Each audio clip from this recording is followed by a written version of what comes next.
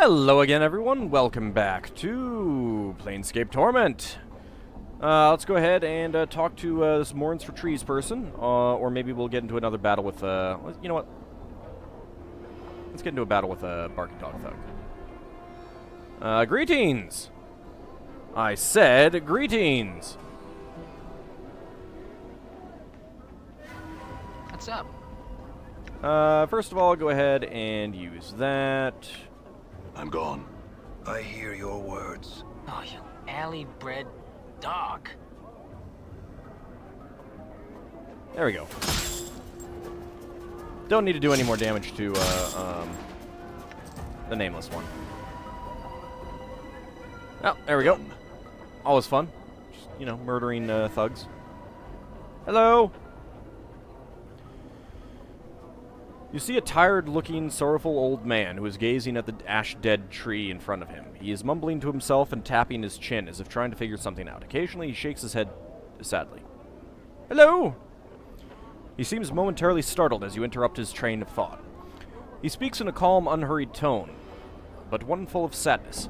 Oh, greetings to you too, friend. How's this day find you? Finds me well, I suppose. He smiles, but sorrow still lies in his eyes. That's good, friend. Hope your good fortune continues. He seems about to turn back to the tree. And how's this day find you? He shrugs slightly and prefers a bit of a smile. Fortune finds me well, though I'm saddened just the same. Why's that? He pats the tree beside him. It's the trees here in the hive. They're dying, friend, and no one cares. Seeing the look on your face, he holds his hands up as if to silence you for a moment. It may not matter to some, but it's important to me. I feel it's a shame to see the last tatters of life and beauty in this world left uncared for to die. Can you understand that, friend? Yes, you're right. It's a sad thing. He seems surprised and blurts out, Really? Oh, I mean wonderful. Perhaps you would... He pauses and seems suddenly suspicious. He recomposes himself, speaking in his usual slow manner. In any case, that's good. I suppose you have some questions for me now. No, not just yet. What is it you were going to ask? For the first time, the man seems genuinely happy. Beaming, he explains, It's difficult for anything to survive here. Just look around and you'll see what I mean, friend. I'm not sure if it's possible for the trees to thrive here, even if they somehow were to get enough light and clean water. Go on. He nods enthusiastically. But if enough people care, really want them to live, I just know they'll survive. They'll turn green again and flourish. What? That makes no sense. You could be right. I am right. I'm certain of it. A sense of conviction surrounds him like an aura. He seems so unlike the man you first spoke to. That's all I'd ask you, friend. Just care for them. Hope for their recovery. In time, should enough people want it, it will come to pass. Can you do that for me, friend? Yeah, I'll help. Excellent, my friend, excellent. I thank you. You've given me back my confidence, my purpose. Perhaps I can find others like you who will listen. Perhaps we'll make a difference. What about your companions, friend? Would you speak to them on my behalf? Mort, what do you think? Huh? Oh yeah, Chief. Sure, whatever you say. I'm serious, Mort. Can you make the effort? Mort looks at you for a while, silently, then nods. Yeah, I can. If it's that important to you, I'll do it. Thanks. Dekon, could you help this man? One finds your request most intriguing. Trees in the hive, like cities in limbo, they would stand as a testament to the will of the people not to bow to that which would surround and devour them, to take what has been thrust upon them or left behind and make good of it. I too will care for these trees. Thanks. I had some questions, Mourns. Any change in the trees yet? And I get 500 experience points for literally that. Yes, friend, there has been. It's so slight you can barely see it, but look, fresh sap from the trunk, and a handful of new buds. It's only a matter of time now. I thank you again for giving me hope once more. My pleasure. I had some questions. Looking for a journal I've lost. I can't recall seeing one anywhere. Where did you last remember having it, friend? I'm not sure. I had some other questions. Alright, never mind. Sweet. I like getting experience points. Alright, map-wise. Southwestern portion of the Hive. Quattro's Warehouse. Painted door to Tenement of Thugs.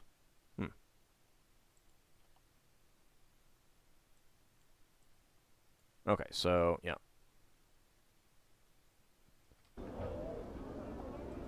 This is all that we can go to. I believe I've talked to everyone that I can talk to at the moment.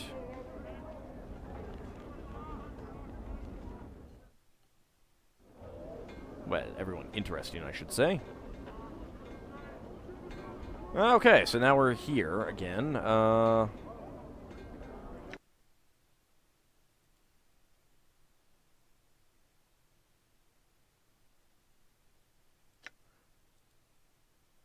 Braskin is who we were supposed to go talk to, wasn't it?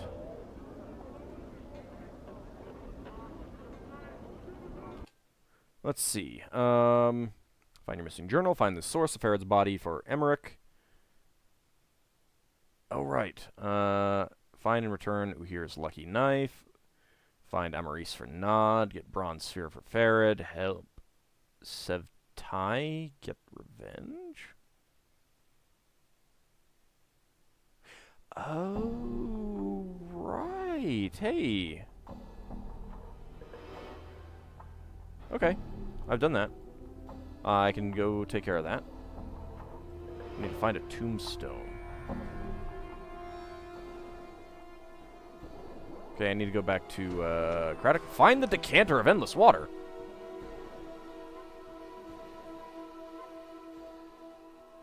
Ah! Ah! That is one of my favorite magical items. I love that magic item so much.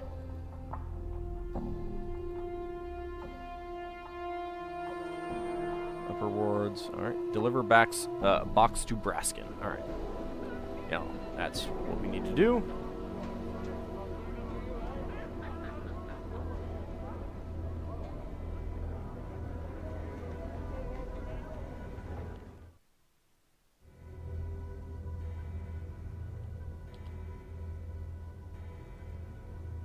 Hello?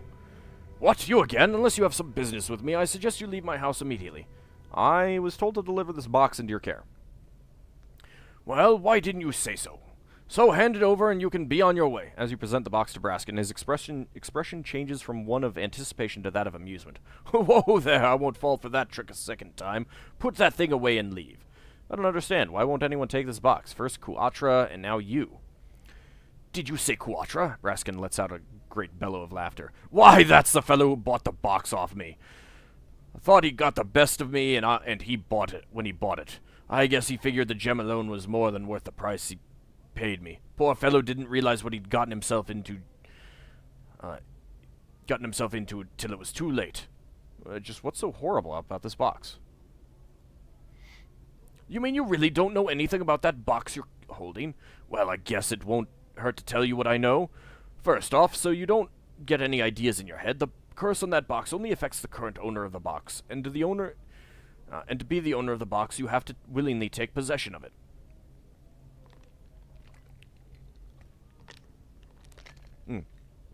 Sorry, I had to get some water. There goes the idea of just leaving the box for someone else to find. So, what's in the box? No, let's not ask what's in that. This is gonna end badly with a Saturday Night Live sketch. Now that is a good question. That box has been around the Hive since anyone can remember. There are many rumors flying about. As you can imagine, over time the truth has been warped a little bit further with each retelling of the story. Go on. I've heard many a story about that box, and they all seem to have a recurring theme. The name given to the foul thing is Morador's box, and the owner of the box will die should he or anyone else open it. As to the contents, who knows? Some say it's an ancient dragon, while others say it's the evil soul of Morador himself. I cannot tell for sure, but just by looking at it, any soul can tell it's something evil, and one would have to be a fool to open it. What am I supposed to do with it? I would suggest you go see Shalandra. She lives in the northeastern region of the Hive. It was from her that I won the box. Who knows, maybe she will have more knowledge of what to do with it. Or you could find some other clueless Burke to take it off your hands. It's up to you. I wish you luck. Updated my journal. Okay. Gained 250 experience points out of that, though.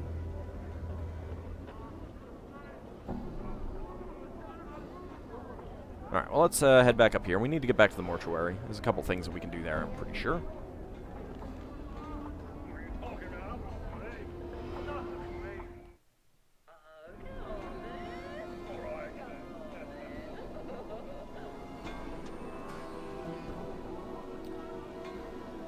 We want to go over here. Come on, Cutter, come on in here. You want to sleep outside? It's cold out here. Come on inside. We got a warm bed.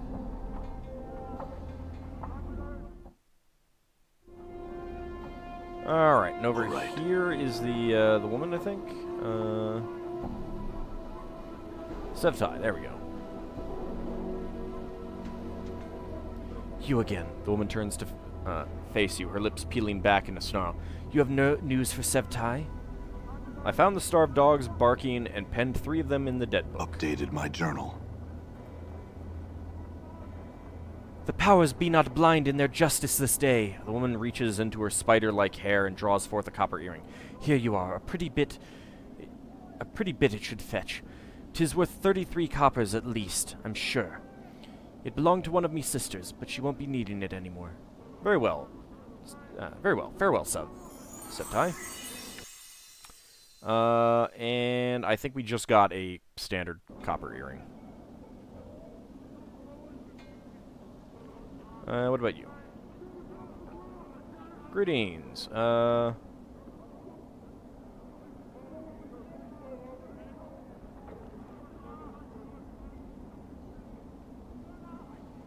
Nope. Alright. I think Hey, that... we're being watched, Chief. Just look natural. Casual. Oh yeah, let's talk to Ingress. You see Ingress. She is huddled inside her cloak of dirty rags, her teeth chattering. She is glancing furtively about, as if expecting to be attacked any moment. Greetings, Ingress. You. She squints at you. What do you want of me? Now. You want me to leave? Not leaving the city, so I'm not. Can't. I tried. It's not a city, it's a prison everywhere. Ingress, I found someone who can take you back to your home plane. Ingress falls silent. I want to go. Want to leave this place. His name is Kandrian. He should be along shortly to help you. Trust him, all right? Ingress says nothing, merely nods quietly, her teeth chattering inside her mouth. I'll go back and meet Kandrian at the smoldering corpse bar and make sure everything turned out all right. Be strong, Ingress. Updated my journal.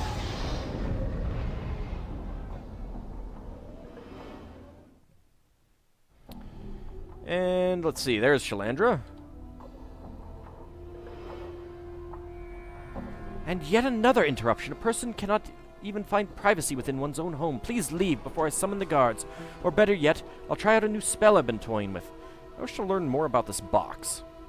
You hold out Morador's box for Shalandra to examine. Ah, yes, I remember this box well. I acquired it some time ago. What do you wish to know about it?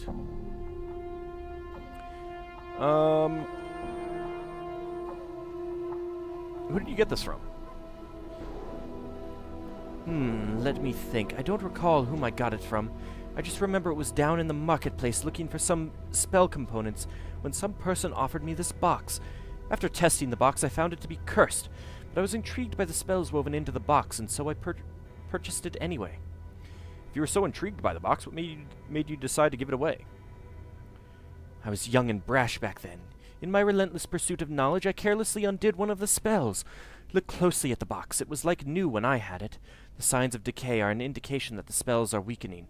I realized I was in danger if I kept the box any longer, so I held a contest to get rid of it. A contest? It was the most expedient way to rid myself of it. I simply invited all the bashers in the hive to fight each other to determine who was the best. Bashers are notorious for having big muscles and not much upstairs, if you know what I mean. They came like flies to honey. I offered some money and the box as a prize.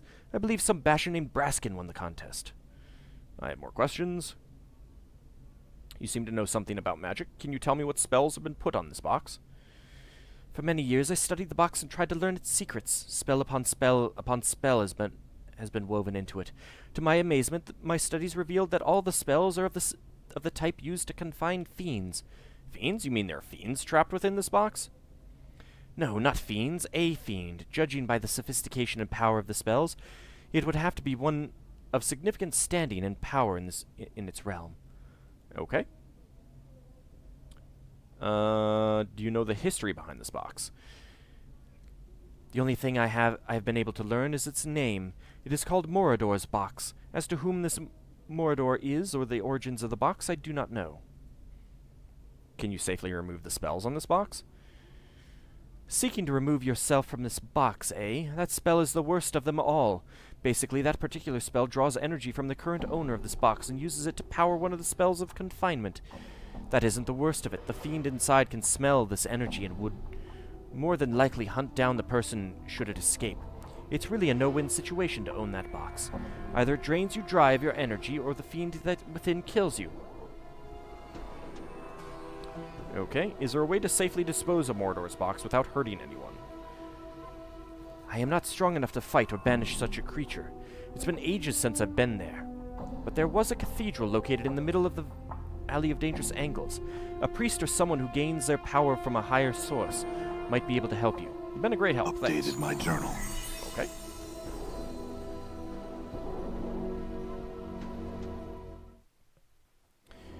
Alright, so we have another segment that we can go on this quest. Why are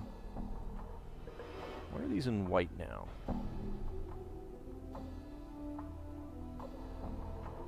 I guess because they've been... No, because that's just been updated.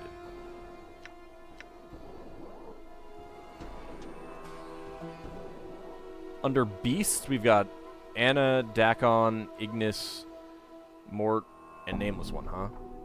Oh, PCs. Oh, so Ignis and Anna are... well, we knew Anna was. I just don't know how to get her to join us.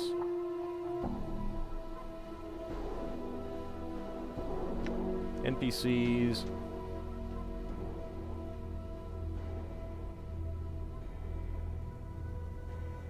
It's kind of a shame that they don't use more of the like the actual Planescape art for these.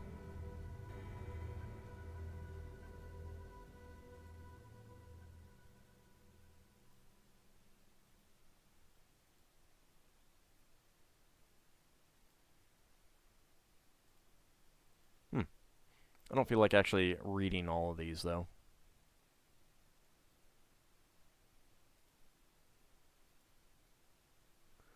These innocuous insects appear to be little more than giant fleas. However, they can be trained and seem loyal to their owners. How far that loyalty extends is worth investigating.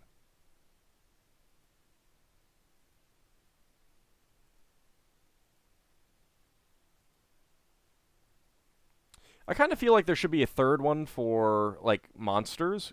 Farad should not be in with skeletons and stuff, I think.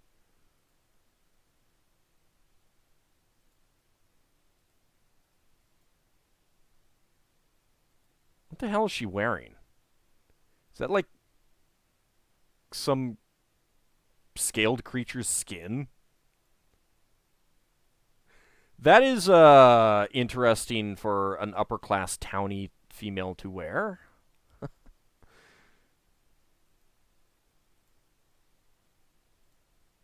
Interesting. I did not realize that. Okay. Well, as long as we're here, we can go talk to Anna again, see if we can get her to join.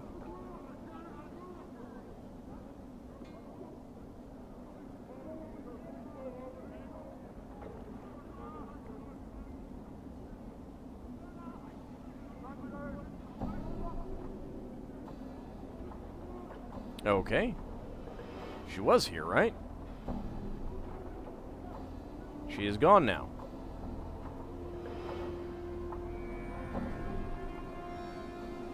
Alright, maybe that means that we will meet her somewhere. Again. Alright, well, alright, so... we were going to... Alright, we need to go back and, do that. We can do that one. I can go talk to Emmerich.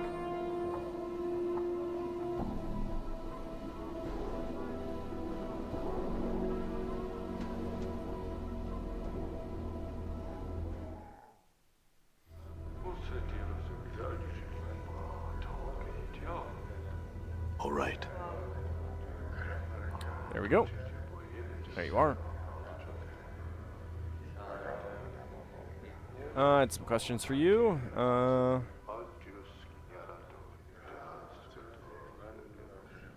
I spoke to Ferret and discovered where Ferret is getting the bodies he brings to you.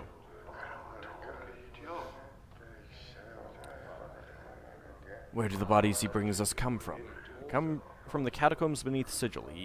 He's taking the bodies you have buried and selling them back to you. When you bury them again, he just digs them up again.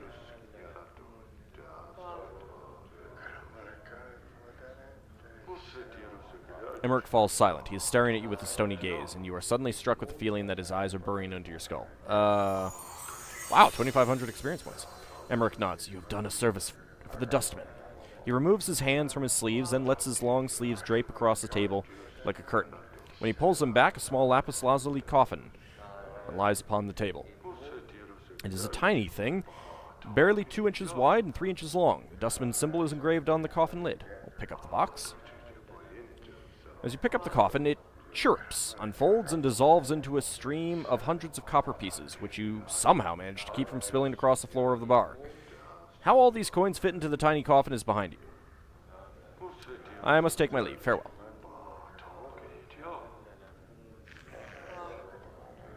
Okay, so we've done that.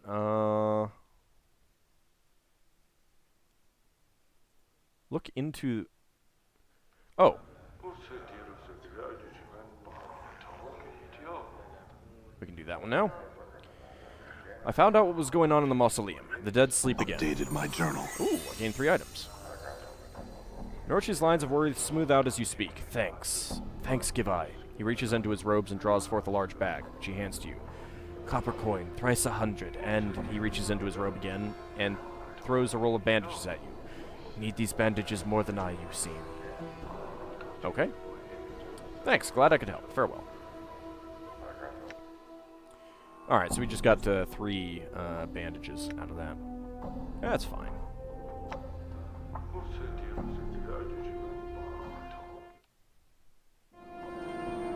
Hey, we're being watched, Chief. Just look natural. Casual.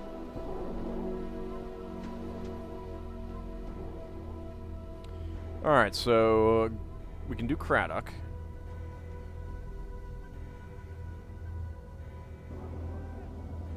Well, we can also do this. We'll do this right now. And I think that'll lead us to where Craddock is, so that should be good. I don't quite have a feel for this map yet, but it's coming. It's coming to me slowly. Oh, wait, no, we actually want to go over here.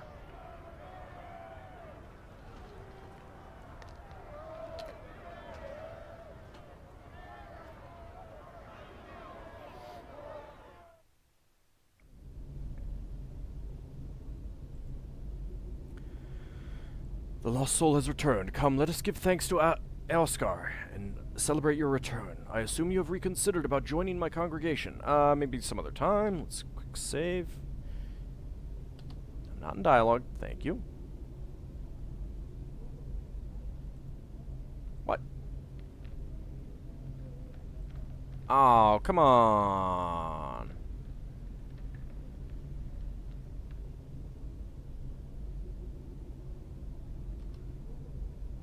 Alright, what if I leave and come back in? Will that work?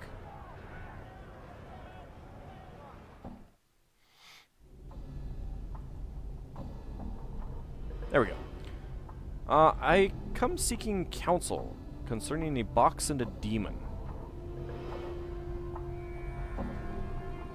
You explain to him your predicament. Aola seems to consider things for a moment and then speaks to you. I, a humble disciple of the great Aoskar, can indeed help you. First, you must relinquish the box to me. Alright, give him the box. Aola places Morador's box within a wire pyramid-shaped structure and then mutters a prayer to Aoskar. The familiar shimmering of a portal soon fills in the sides of the pyramid. Aola then casually reaches through the portal and flips open Morador's box. Continue. You scream in an attempt to stop him, but are too late. Almost instantly, the box begins to disintegrate and a sickly smoke begins to fill the interior of the pyramid. A feeling of immense dread fills the room, and it is all you can do to keep yourself from bolting from the tent. You notice that as the tendrils of smoke touch the sides of the pyramid, they are drawn into the swirling vortex of the portals. As the last of the tendril of smoke disappears, the feeling of dread passes. Aeolus smiles a bit nervously at you. Witness the power of Eoskar, the Keeper of Gateways. Ah, that cannot be Eoskar's power. He's dead. I'm sure a fiend of such power that it required so many spells to contain it will have no problem making its way back here, and when it does, it's going to be looking for you. I have taken that into consideration. You see, each side of the pyramid contained a portal to a different plane. In effect, I scattered its essence far and wide across the multiverse. Did you know that there are races out there that consider demons a sort of delicacy? He begins to chuckle softly as he reaches into the pyramid and sifts through the ashes of the box, removing the gem that was attached to it. Payment for my services. I will use this to help rebuild my beautiful cathedral. Ooh, what if I want that?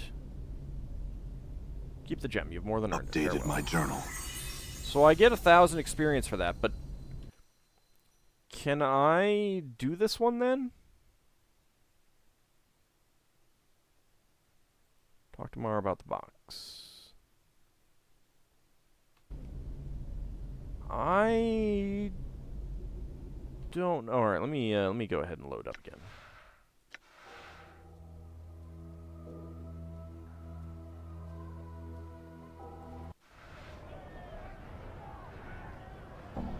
Well, first of all, I'm gone. let's go ahead and open the box out here.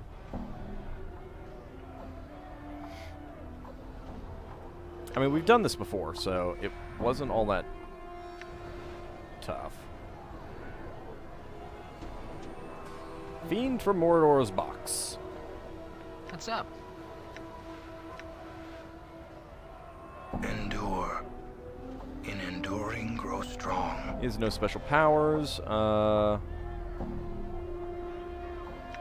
Reign of Anger. That cannot be two skies. Damn.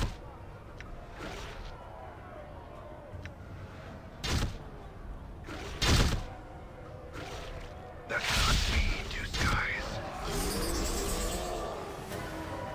Alright, so we get 200 experience points for that.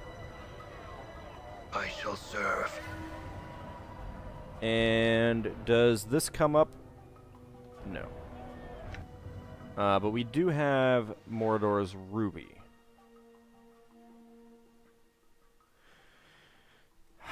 You know what? I think this is going to be something that I'm going to look up in a FAQ. Because either I get a lot of experience or I get this Ruby, and that's, you know, the big question as to, you know, what I want to actually do. Now, there might be another Ruby similar to this later on that will suit, you know, that'll be suitable for that other quest. But yeah, I'm gonna find out in a FAQ. This is something that I'd like to know before I, you know, get too far ahead. So I shall see you guys next. I mean, I can always put off getting the box taken care of until I know that I can get another Ruby. So there's a possibility there too. But yeah, I'm gonna go look it up, and when we return, we will continue wandering around a bit. See you next time, everyone.